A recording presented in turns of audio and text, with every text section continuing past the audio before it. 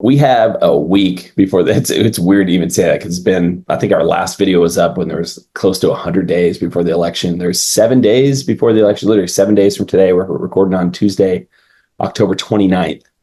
That's wild. 7 days. Yeah, Christian and I both live in swing states. He's out in Arizona. I'm in Michigan. So I feel like the pulse of the collective, at least like the things we're hearing on the ground, do matter. It's almost like I'm a political insider without knowing it. Everyone kind of lives in a bit of an echo chamber to some extent. But what are some of the things that you're feeling about Arizona, like the mullings or the dull roar that you're hearing out there? Yeah. So I was honestly a little depressed and quite concerned that Arizona was going to be truly blue this election. But my wife and I went and voted on Friday. She was apprehensive about same day voting for this election. So she convinced me to go and vote early. And I was crazy surprised to see how many people were at the polls. Now, were you part of the party that was destroying the ballot boxes in deep areas of Arizona? Was that you? Negative. That was not me. But I was honestly surprised, Eric. Like, typically, historically, red team usually red team like to vote on the day of. Yeah, they like to vote day of, and blue team likes to vote by absentee ballot, early ballot, rather than in person. It's just kind of historically how it's gone. Now, obviously, I don't know who everyone was voting for, but I can tell you on a random Friday in the middle of the day, it was like, I don't know, 11 o'clock, there was lines out the door of people ready to vote. And I could tell you there was like 3 different trucks in the parking lot that were just plastered with Republican garb and basically talking to everybody out there that would listen of what their thoughts were on the election and what props to vote for, what candidates to vote for. I was quite surprised by that, honestly. I know that the pollsters have been trying to, I guess, overcorrect or trying to better poll or the margin of error, like that in 2016. I feel like this election is much less like 2020, much more like 2016, especially Trump's running against a woman, not like mass mail-in ballots. It's much more similar to that. And the polls were crazy off. Like Trump had like an 8% chance of winning the election back in 2016. And most of the polls in the swing states were in favor of Hillary, right? Whether by a couple points or a lot of points. And I looked at I can pull up the Real Clear Politics, like the polling averages in all the swing states are all narrow margins for Trump. Now, some are within 1%, which is hardly, a safe margin. But I think Arizona's like 1.5%. Georgia's 2 something percent, which to me, I feel like 2 something percent over, aggregated over like 10, 12 polls in a smaller round. That's like a lot safer for margin, right? And I think same thing for Arizona. So it wouldn't shock me if Arizona, Georgia go red team. So I live in an extremely blue county. So I live in Washtenaw County. I live in Ann Arbor. And Ann Arbor is like the only Democratic city in America that doesn't suck. Like this place is like categorically, I think in 2022 and 2023, it was rated the best city to live in America.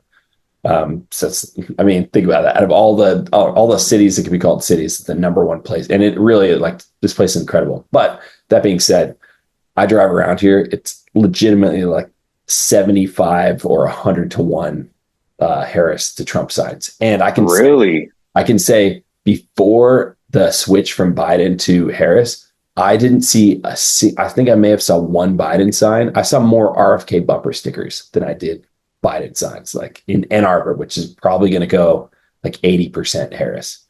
Right. So wow. Do you want to know what the Harris signs are in Arizona? What do they say? So they're literally everywhere. They are everywhere in Arizona. And they say like drug traffickers for Harris, pedophiles for Harris, illegal immigrants for Harris. They're literally everywhere.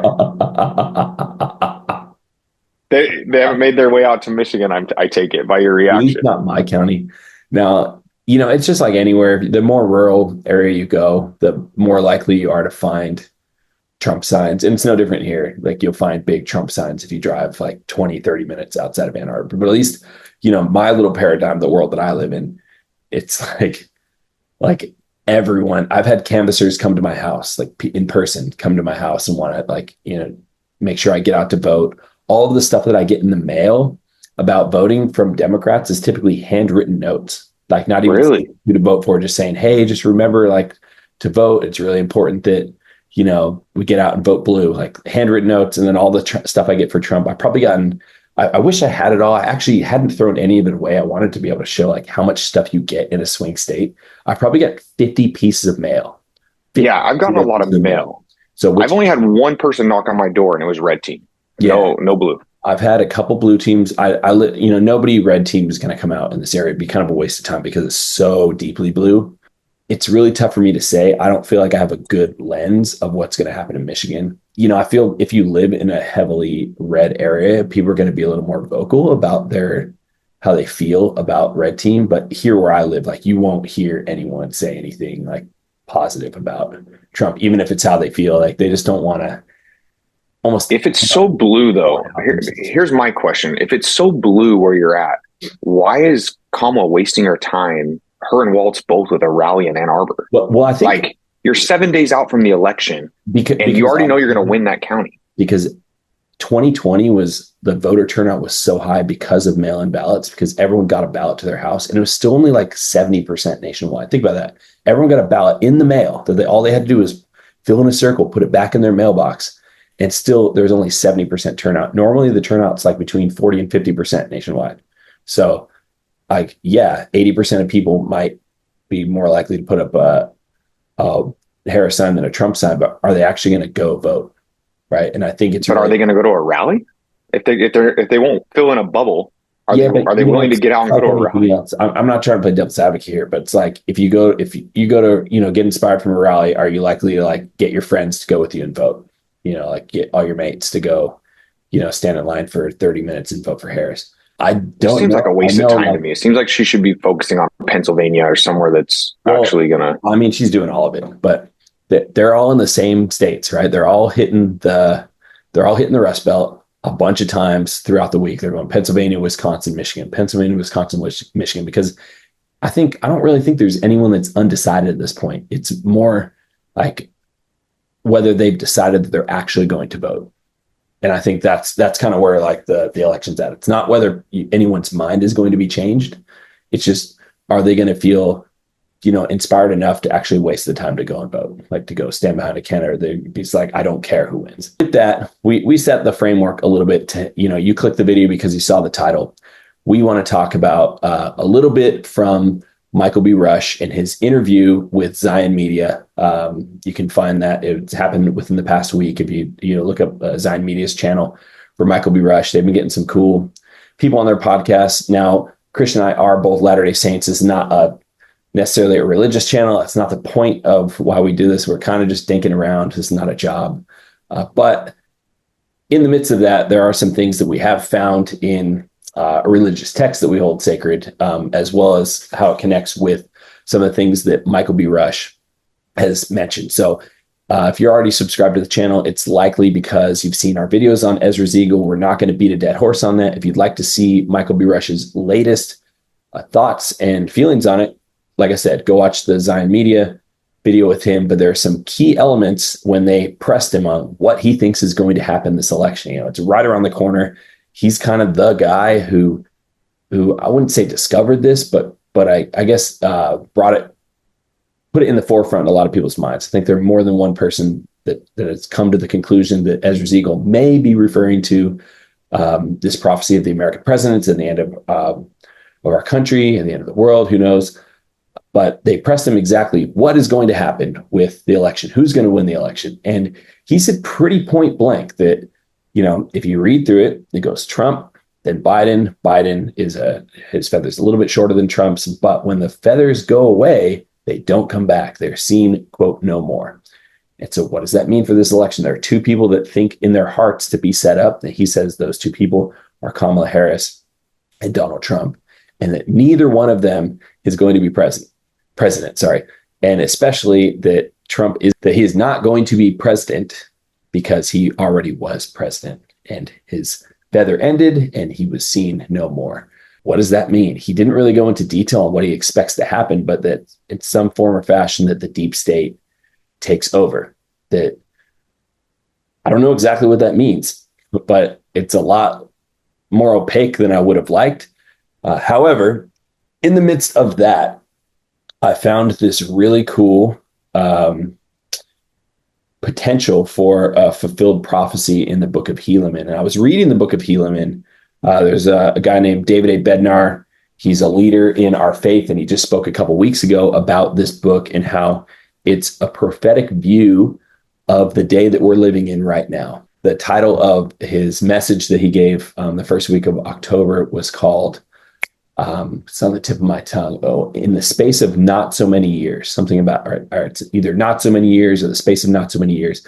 He's talking about the events that are happening in this book, the Book of Helaman. So, I was kind of inspired to read Book of Helaman starting from chapter 1. And right there in chapter 1, it sounds eerily similar to the events that are taking place in the 2024 election. So I want to read a couple verses. You can go read it for yourself. I'll try to put a link to Helaman chapter 1 just from the internet that you can go read for yourself. Again, we're not pushing our faith on anyone, but it is very interesting that these words kind of stuck out to me, and they seem oddly familiar to the events that are happening. So lay a little groundwork. There's an election taking place. So there's a guy named Pahoran who dies, and I guess in the face of this parable, Pahoran would represent Joe Biden. Right? Not necessarily that Joe Biden is dying, but that his term is coming to an end, and people are vying for the opportunity to be the chief judge, which is essentially the leader over the society that's living in the new world. So I'm just going to read verses 2, 3, and 4 in Helaman chapter 1. And Christian, just feel free to chime in when we get there. So it says, "For Pahoran had died and gone all the way of the earth. Therefore, there began to be a serious contention concerning who should have the judgment seat among the brethren who were the sons of Pahoran. Now, these are the names who did contend for the judgment seat, who did also cause the people to contend." So essentially, there's an election taking place. And the names of these people are Pahoran, Paanchai, and Pecumeni. Now, these are not all the sons of Pahoran, for he had many. And the way I see that is kind of that these aren't all the people that were running for president, right? There's the Green Party and the Libertarians, but these are they who actually contended for the judgment seat. Therefore, they did cause 3 divisions among the people. I don't know about you, but this is the first election that I was ever able to vote where there was at least a sizable contingent of people that supported a third party, right? There's always if you look at any ballot, at least in California, it's really easy to get on the ballot in California. So it's like 10, 12 people on the ballot, like 10 of them you've never heard of and 2 of them you have. But this is the first time where there was really a good third party, right? Like any thoughts? And you're meaning RFK, right? Yeah. You say that you're meaning RFK. Yeah. Right. So RFK being the third son, right? So it's, remember, this is a parable. This is kind of almost like a prophecy, within a story, the way I see it. Verse 5, it says, "Nevertheless, it came to pass that Pahoran was appointed by the voice of the people." So Pahoran wins the election to be the chief judge and governor over the people of Nephi. "And it came to pass that Pecumeni, when he saw that he could not obtain the judgment seat, he did unite with the voice of the people." Sounds like somebody RFK an endorsement to another, right? So there's 3 candidates. You got Kamala, Donald Trump, and RFK. And RFK saw that he couldn't get the nomination, or he couldn't, he didn't have a path to gain the voice of the people. And he supports, Pecumeni supports Pahoran, or RFK supports Trump. Okay. But behold, Paanchai and that part of the people, the Kamala and those, the DNC, were desirous that she should be their governor, was exceedingly wroth. Therefore, she was about to flatter away those people to rise up in rebellion against their brethren. Now, we've seen, just this past year, the Obamas came out with a video, basically like a dystopian society, the society breaks down. There've been talks of civil war and things like that. It's odd that this would come, at this part, after this election, a really, really monumental election where there are 3 different people vying for the, to lead the people. And it doesn't seem out of the realm of possibility that there could be, no matter who wins, that there would be a sizable enough contingent of people that would be willing to rise up in rebellion against their brethren. That doesn't seem too far off, right? No, I mean, I think we're on the verge of rebellion every single day, even before the election. Yeah, it kind of seems like we're just like kind of holding together by a thread. And as long as there's no bad news, like everyone's going to stay in their place. But with Ezra's Eagle, what I find interesting is that Michael B. Rush, again, his opinion is that neither Kamala nor Trump becomes president. Well, how could that possibly happen, right? How could that possibly happen? So Kamala, again, this isn't doctrine. This is just a story that I found that kind of seems to mirror what could happen that would make Ezra's Eagle seem possible even now, right? So Kamala in verse 8, and it came to pass as he was about to do this, or she, behold, he was taken and was tried according to the voice of people and condemned unto death, for he had raised up in rebellion and sought to destroy the liberty of the people. So Panchai, that'd be the Democratic candidate, was tried to, I don't know if you call it a coup or something, to try to raise up rebellion, and was tried by the voice of the people or by the courts, and was deemed ineligible to serve in the event of like some kind of contested or contingent election, right? Which that would be wild, because all she has done is blame Trump for that exact thing. So the gaslighting, she'd be the gaslighting queen of the world. Well, it's no different than what they did. 2016 denied that Trump won. I understand that Trump lost the popular vote by millions of votes, but JD Vance said something really cool today. It's like measuring, counting yards versus counting points as a way to determine who wins a football game, right? It doesn't matter who gains more yards, it just matters who gets more points. And sometimes that can be lopsided. A team can gain like 500 yards opposed to 300, but still lose a football game narrowly because of some, special teams play. You know what I mean? Like, I'm extrapolating some of that he said, but Trump lost the popular vote handily, but the rules aren't about how many yards you get. It's just about how many points you score. So they denied that he won in 2016, and then flip the script and, say, hey, look, he's the election denier in 2020. So that's not what we're here for, but it wouldn't be outside of the playbook to try and win at any cost, like they did suing RFK in every single state to get off the ballot. And then when he wanted to pull his name off the ballot and support Trump, then they sued to try and keep him on the ballots. This is just what the Democrats do. They would try to win at any cost. And don't get me wrong, I'm not even mad about it. Like, if you're not playing to win, like, I'm slightly mad about it. Yeah, but I'm a baseball player. Like, if you're not cheating, you're not trying. So I'm not 100% mad about it. But so here's what happens next. Okay, so Kamala is deemed unfit to be president. Some kind of charges that would prevent her from winning if there were a contested election or if it went to the courts or whatever. But verse 9, now when those people who were desirous that Kamala should be their governor saw that she was condemned to death, therefore they were angry, and behold, they sent forth one Kishkumen, a lone gunman, even to the judgment seat of Pahoran, and murdered Pahoran as he sat upon the judgment seat. So Pahoran representing Donald Trump. Now remember, Michael B. Rush believes that Donald Trump will be seen no more, according to Ezra Eagle's prophecy, but there's about almost 2.5 month window between the time of the election next week and the time the president is sworn in. So in that period of time, a lot of turmoil and commotion could be caused.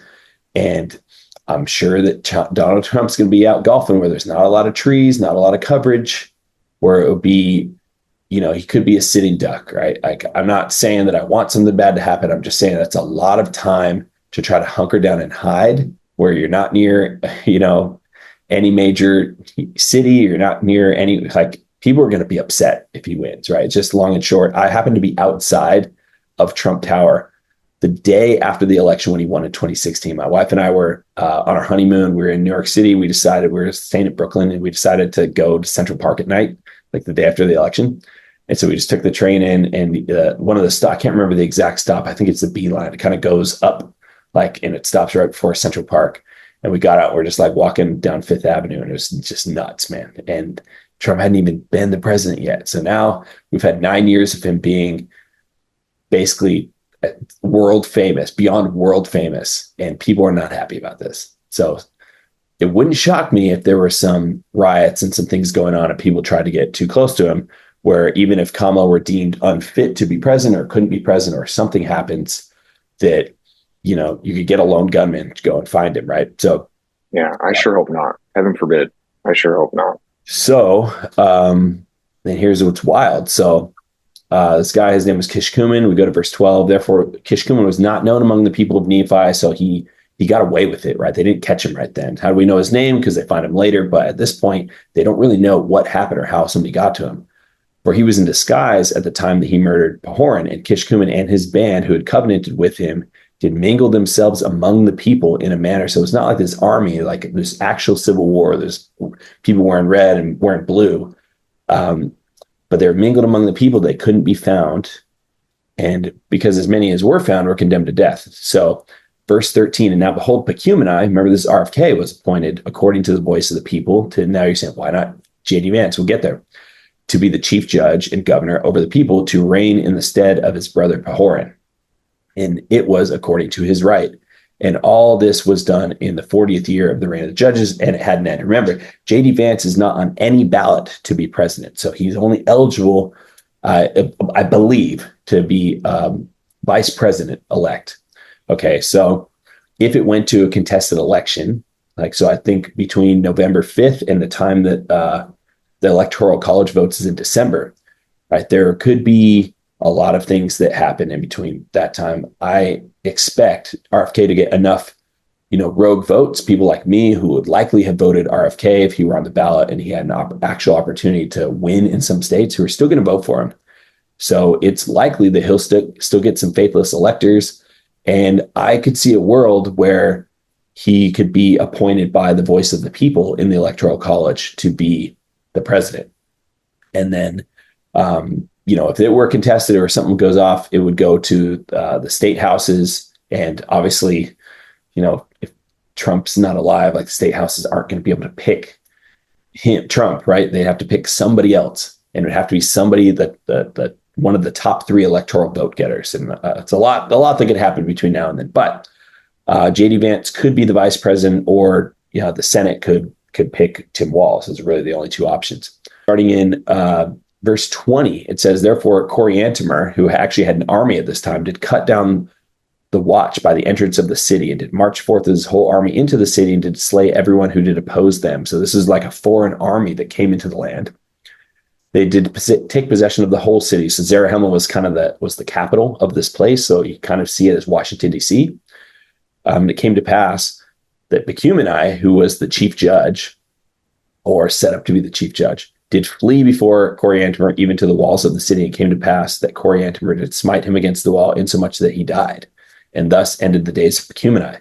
So this is all happening in a handful of verses in a very short amount of time, kind of like the time it would take between the beginning of November and mid-January. Okay. It's my opinion. This is just a story that sounds eerily similar to things that I'm not even saying this is likely, but I'm saying if Ezra's eagle is true, the only way it could be true with this pending election is something insane would have to happen.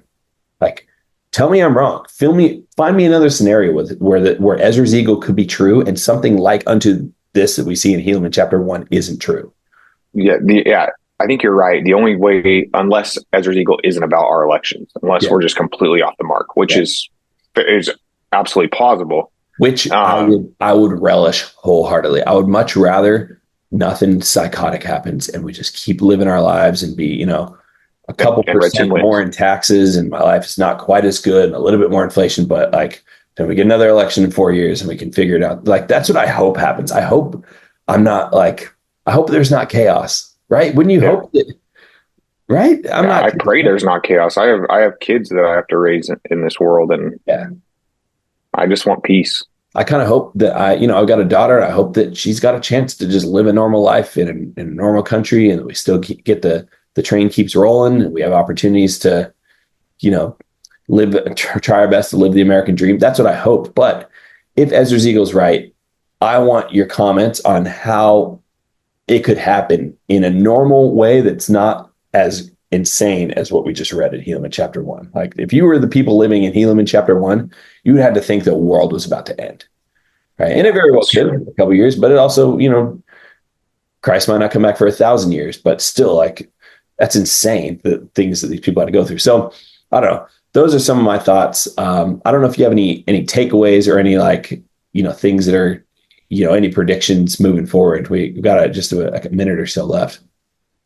No, I mean, I just think it's wild. Like, I'm with you. I hope that this is complete speculation and that none of this comes to pass, but it definitely makes you wonder. I mean, it definitely has eerie correlations.